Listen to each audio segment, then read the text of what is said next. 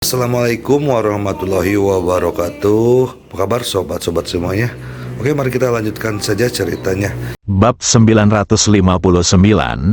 Mari kita bicarakan tentang ini setelah kamu lulus ujianku. Tang Hao hanyalah murid luar dari sekte Tang. Bagaimana dia bisa tahu racun? Murid luar sekte Tang tidak diperbolehkan menggunakan racun atau senjata tersembunyi. Alasannya sederhana, yaitu untuk mencegah mereka berbuat jahat di luar. Dan mereka semakin takut kalau perilaku mereka akan mengungkap rahasia sekte Tang. Jadi mereka hanyalah sekelompok orang biasa yang bermarga Tang. Namun mereka bekerja untuk klan Tang, dan saat mereka menemui kesulitan, klan Tang akan bangkit membantu mereka menyelesaikannya. Panah beracun ini diperlihatkan kepada mereka oleh orang yang bertugas menerima mereka di sekte Tang saat mereka pertama kali tiba, di bawah serangan kata-kata manis dan peluru berlapis gula. Itu hanya kebetulan berada di tangannya. Ji Fei datang tiba-tiba, dan dia memegang anak panah beracun.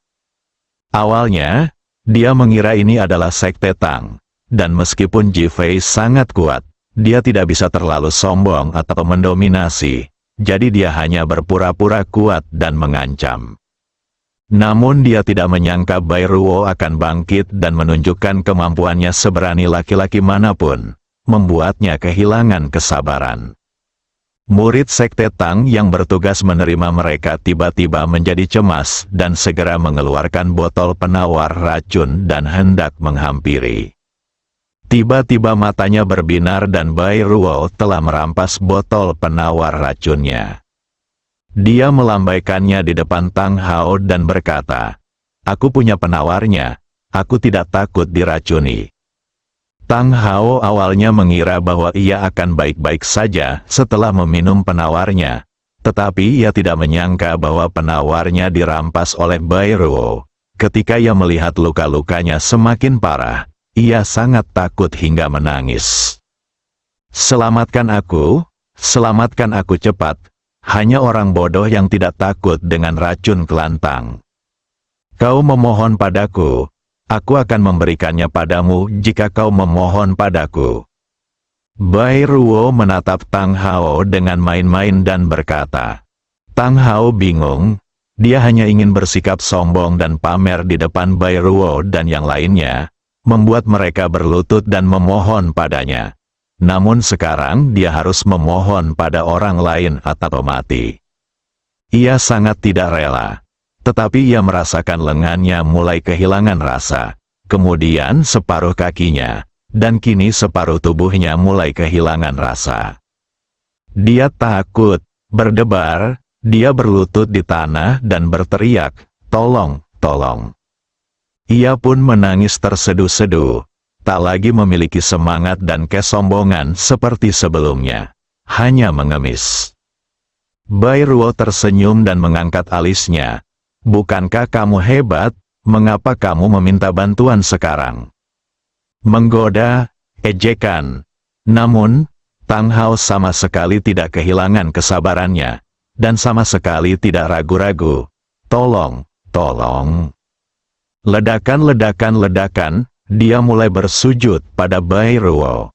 Patah, Bai Ruo melemparkan penawarnya langsung ke tanah, anjing menggonggong. Tang Hao mendapatkan penawarnya dan langsung mengamuk. "Sialan, beraninya kau memarahiku, aku akan membuatmu mati di sekte Tang hari ini." Akan tetapi, dia tetap menelan penawarnya dengan cepat, karena dia tidak ingin mati seperti ini. Bai Ruo mengangkat sudut mulutnya dengan lengkungan jahat dan menatap Ji Fei. "Ayo pergi." Ji Fei menatap Tang Hao dan menggelengkan kepalanya diam-diam. Dasar bodoh, dia minum penawarnya, tetapi diracuni lagi. Itu bahkan lebih mengerikan. Bai Ruo adalah iblis wanita. Apakah orang biasa berani mengganggunya? Jika itu bukan hal bodoh, lalu apa? Ji Fei menatap Tang Hao dengan simpati. Tang Hao mengambil penawarnya dan melihat warna hitam di lengannya menghilang dengan cepat. dia menjadi bersemangat lagi. Saudara Meng, cepat panggil seseorang untuk membunuh orang ini. Tang Meng, yang baru saja penawarnya diambil, juga bereaksi saat ini. Dia menatap Bai Ruo dan yang lainnya dan berkata, "Beraninya kau bersikap begitu sombong. Aku akan membuatmu membayar harganya." Dia berteriak keras, mengirimkan sinyal alarm ke Sekte Tang. Tak lama kemudian, terdengar suara dari dalam klan Tang, bahkan terdengar suara langkah kaki. Dalam waktu kurang dari 3 menit, puluhan orang tiba di tempat kejadian. Meskipun setiap orang memiliki tingkat kemahiran seni bela diri yang berbeda, yang terlemah berada di tahap tengah Mingjin, dan bahkan ada tahap akhir Master Anjin. Penguasa kekuatan gelap tahap akhir melangkah maju dan menatap Tang Meng. Apa yang terjadi? Tang Jie, ada pria sok penting yang membuat Tang Hao berlutut dan meminta maaf. Tang Meng berkata cepat. Wajah Tang Jie tiba-tiba menjadi gelap. Matanya menunjukkan ekspresi dingin. Kamu harus menarik kembali perkataanmu sekarang, berlutut dan meminta maaf kepada Tang Hao. Maka kamu akan baik-baik saja. Tang Jie ini adalah orang yang dipanggil kembali oleh klan Tang dari luar kota untuk memperkuat pertahanan setelah Ji Fei datang terakhir kali. Dia tidak mengenal Ji Fei, jadi dia tidak tahu apa-apa tentangnya. Oleh karena itu, melihat Ji Fei begitu sombong, dia merasa sangat tidak senang. Tang Hao menjadi semakin bersemangat saat mendengar Tang Jie maju untuk membantu. Kau mendengarku? Berlututlah dan minta maaf sekarang juga, atau aku akan membuatmu menyesal seumur hidupmu. Dia juga lebih sombong. Apa yang memberimu hak untuk mengatakan hal itu? Bai Ruo maju selangkah, menatap Tang Jie dan bertanya. Hanya karena kami dari Sekte Tang, desir, semua orang di Sekte Tang mengangkat senjata beracun di tangan mereka dan menatap Ji Fei dan Bai Ruo. Besi tua, Bai Ruo bertanya sambil mencibir. Pengadilan kematian, Tang Jie sangat marah. Senjata tersembunyi Sekte Tang terkenal di seluruh dunia, tetapi sebenarnya disebut besi tua. Berikan saja perintah untuk mengambil tindakan. Tang Qiang merasa cemas.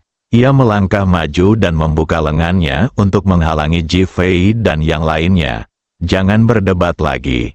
Dia adalah tamu terhormat dari Sekte Tang. Jangan sampai dia tersinggung. Aduh, apa yang kau bicarakan? Tang Qiang, kau gila, kau sudah disuap. Tang Hao langsung mengutuk. Tang Jie menatap Tang Qiang. Apakah kamu telah disuap? Tang Qiang hampir menangis. Apa gunanya suap? Dia melakukan ini demi kebaikan orang-orang ini. Oke. Ji Fei mematahkan pohon willow yang berusia ratusan tahun hanya dengan satu telapak tangan. Tang Hao menatap Ji Fei dan berkata, "Nak, jangan pamer di sini, biar ku beritahu. Meskipun kau cukup terampil, Sekte Tang bukanlah orang yang mudah ditipu. Kau lihat pohon willow itu? Ada orang di Sekte Tang kita yang bisa mematahkannya dengan satu telapak tangan." Awalnya, dia tahu kalau yang bertarung bukan anggota Sekte Tang. Tapi demi mengintimidasi Ji Fei, dia sengaja mengatakan kalau yang bertarung adalah anggota Sekte Tang. Tang Zian mengira dia menyukai Ji Fei, tetapi Ji Fei bahkan tidak melihatnya. Dia hanya mengulurkan tangannya yang indah untuk pamer, tetapi langsung dibunuh oleh Bai Ruo. Dia sangat tertekan hingga ingin muntah darah. Dia mendengus dingin.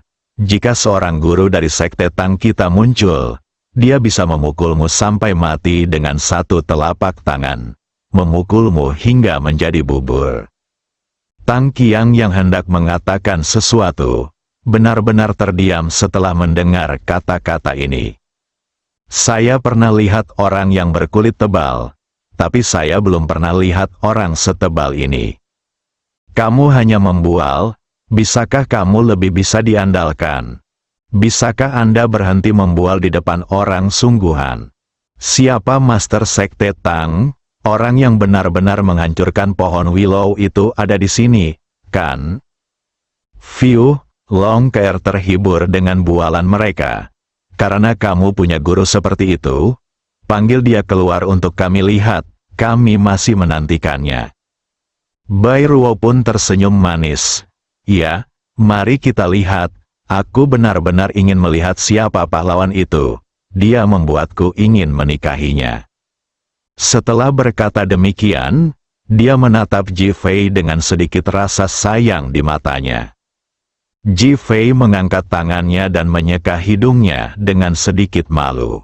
Apakah gadis ini menyatakan cintanya? Mendengus.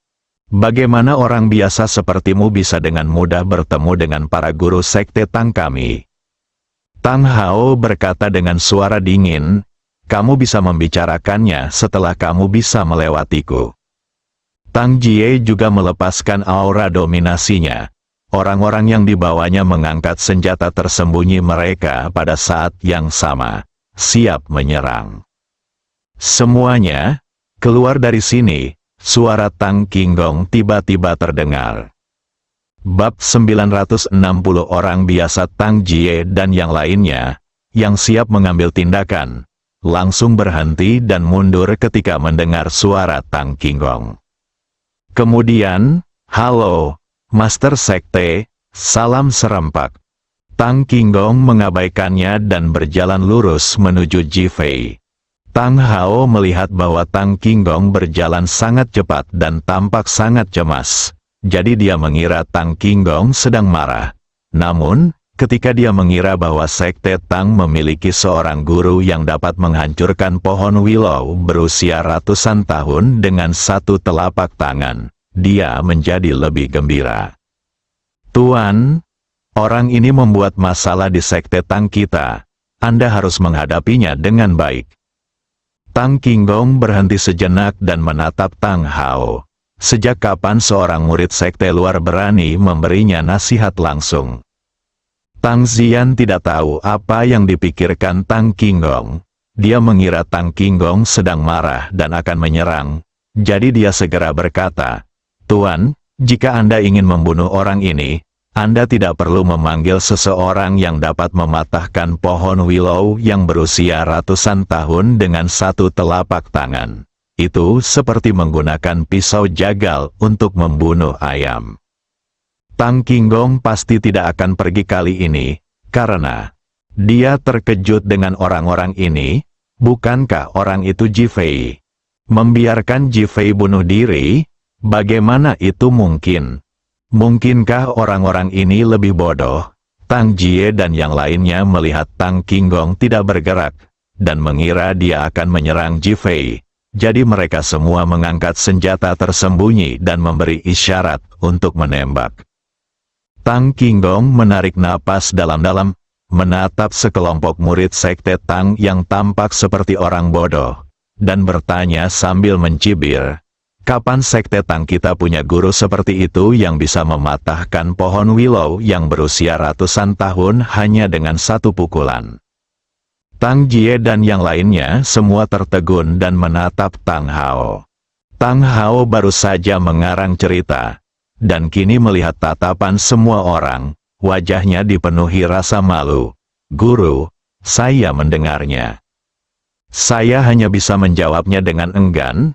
Tang Qinggong mencibir, siapa yang memberitahumu? Aku, Tang Hao tidak bisa berkata apa-apa. View, Long Keer tertawa terbahak-bahak. Saya kira bualannya itu bisa saja merobohkan pohon willow berusia seabad ini. Keer, apakah menurutmu bualannya lebih dahsyat daripada topan? Bai Ruo menggoda sambil tersenyum. Keer mengangguk, kurasa begitu. Jika dia memang sekuat itu, jika suatu saat nanti ada kapal perang dari negara lain yang mendekati negara kita biarkan saja dia membanggakan diri dan menjungkir balikan kapal perang mereka. Wajah cantik Keer tampak gembira dan dia langsung mengangguk. Mengapa tidak meledakkan kapal induk itu saja? Ji Fei tidak dapat menahan tawa melihat dua orang itu bernyanyi serempak. Dia benar-benar terhibur dengan humor kedua gadis itu. Wajah Tang Qinggong berubah semerah kertas merah, dan Tang Men kehilangan seluruh wajahnya. Tak lama kemudian, warnanya berubah menjadi hitam pekat. Kemarahan di wajahnya mulai tumbuh saat dia memikirkan sekelompok murid yang tidak tahu terima kasih ini yang hanya membawa aib bagi sekte Tang. Mendengus, kalian ini, kalau sehari saja tidak berlatih bela diri dengan baik, dan hanya membanggakan diri di mana-mana, kalian akan dihukum sesuai dengan peraturan keluarga. Tang Qinggong tidak mampu lagi kehilangan muka di hadapan orang ini. Mendengar ini, Tang Hao menjadi sangat cemas. Guru, kita semua adalah murid sekte Tang. Orang inilah yang datang ke sekte Tang kita dan bertindak dengan arogan dan sok penting. Dia harus dihukum. Ya, Master Sekte, panggil para Master Sekte Tang kita dan beritahu mereka apa itu Master. Tang Ziyan menindaklanjutinya. Tang Qinggong hampir muntah darah. Dia menarik napas dalam-dalam dan menatap Ji Fei. Tuan Ji, saya minta maaf telah mempermalukan Anda. Dahi, Tang Hao yang tadinya ingin berbicara, merasa kata-kata itu ada di tenggorokannya, seolah-olah dia baru saja memakan sepotong kotoran, jadi dia menelannya kembali. Ketika yang lain mendengar nama ini, mereka semua tercengang dan menatap Tang Qinggong, mengira mereka salah dengar. Ji Fei tersenyum dan mengangkat alisnya, menatap Tang Hao. Apakah kamu terkejut bahwa pohon willow berusia ratusan tahun itu patah? Tang Hao tidak mengerti apa maksudnya, tetapi dia tetap mengangguk, terkejut lagi pula. Bukan kamu yang menyela. Dia masih tidak lupa memprovokasi dan menyerang Ji Fei. Maafkan saya, kakak Ji Fei yang menyela pembicaraan saya. Long Qir berkata sambil tersenyum. Tang Hao, aku merasa seluruh tubuhku membeku, berdiri di sana dengan bodoh. Sebenarnya Ji Fei yang menyela, ini hatinya sangat bingung dan rumit. Awalnya dia ingin bertemu Ji Fei dan kemudian menggunakan guru ini untuk menyerang Ji Fei. Saat itu aku berpikir sayang sekali Ji Fei tidak ada di sana. Tapi kemudian Ji Fei datang. Agar dapat memukul Ji Fei dengan keras, mereka akhirnya mengatakan bahwa klan Tanglah yang mematahkan pohon willow berusia ratusan tahun itu, ingin agar Ji Fei dan yang lainnya takut kepada klan Tang. Namun, pada akhirnya diketahui bahwa orang yang sebenarnya mematahkan pohon willow berusia ratusan tahun itu sebenarnya adalah Ji Fei. Betapa besarnya kesalahan ini, betapa bodohnya hal ini. Aku hanya seorang idiot, aku hanya seorang idiot. Dia menyalahkan dirinya sendiri, dia gila, tetapi tidak ada yang dapat saya lakukan, karena dia bodoh, dia sangat bodoh. Bukan hanya perilakunya yang bodoh, tetapi tindakannya juga bodoh. Dia sudah kehilangan segalanya dan menghancurkan dirinya sendiri sepenuhnya. Tang Ziyan menatap Ji Fei di depannya, pria berjaket di kereta berkecepatan tinggi itu. Temperamennya yang elegan menjadi kenangan abadi dan kenangan terindahnya. Tetapi itu adalah kecantikan yang tidak akan pernah bisa ia dapatkan dalam hidupnya. Kita cemburu karena kita tidak bisa mendapatkannya. Karena kita tidak bisa mendapatkannya, maka kita merasa benci. Nah, ini semakin menjadi gunung yang tidak dapat dilewati, dan semakin menjadi eksistensi yang tidak dapat didaki. Pada saat ini, Tang Qinggong telah membimbing Ji Fei menuju ke Lantang. Di dalam sekte Tang, itulah tempat yang sudah berkali-kali mereka impikan untuk dimasuki tetapi belum pernah mereka kunjungi. Karena saya tidak memenuhi syarat, Ji Fei masuk. Bukan hanya masuk begitu saja, tetapi diantar langsung oleh ketua klan Tang dan diundang masuk. Ini menunjukkan bahwa Ji Fei adalah tamu terhormat dan orang yang patut dihormati. Tiba-tiba Ji Fei berhenti dan melihat ke belakang. Tang Ziyan mengira Ji Fei sedang memikirkannya, dan ekspresi antisipasi dan bahkan senyum muncul di wajahnya. Namun, Tuan Tang, Tang Qiang ini cukup hebat. Ji Fei menatap Tang Qinggong dan berkata, Tang Qiang, oke, aku akan mengingatnya mulai sekarang. Dia akan bertanggung jawab atas urusan-urusan di sekitar Sekte Tang. Tang Qinggong membuat keputusan secara langsung. Ji Fei tersenyum dan mengangguk. Tang Qiang di sisi lain tertegun dan merasa seperti sedang bermimpi. Dia tidak pernah menyangka Tang Qinggong akan memanfaatkannya kembali hanya karena perkataan Ji Fei. Orang yang bertanggung jawab atas urusan periferal Sekte Tang setara dengan manajer umum periferal Sekte Tang.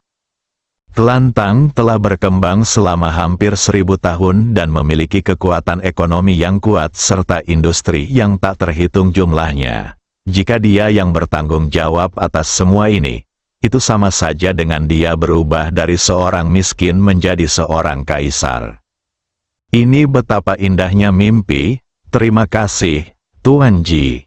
Tang Qiang berteriak keras dari belakang. Ji Fei bahkan tidak melihat ke belakang, dia hanya berteriak di belakangnya. Ayo, lakukan pekerjaan dengan baik. Kalimat seperti itu membuat Tang Qiang senang seolah-olah dia telah disuntik dengan stimulan, dan dia mengayunkan tinjunya. Tang Ziyan duduk di tanah. Dulu dia adalah orang yang paling dekat dengan Ji Fei di seluruh Sekte Tang, dan juga orang yang menerima bantuan dan perlindungan dari Ji Fei. Dia seharusnya menjadi orang yang paling menjanjikan. Namun dia mengkhianati Ji Fei dan kehilangan kesempatan terbaik. Sekarang dia tidak punya apa-apa, bagaikan seonggok sampah terlantar. Kanan, itu hanya sampah. Selamat, Saudara Qiang. Selamat, Saudara Qiang, Saudara Qiang. Tolong jaga aku di masa depan. Suara sanjungan terdengar satu demi satu. Saya tahu Saudara Qiang bukan orang biasa. Tang Hao tersanjung. Lalu apakah kamu tahu bahwa Tuan Ji adalah orang biasa? Tang Qiang bertanya balik dan Tang Hao tercengang, bersambung,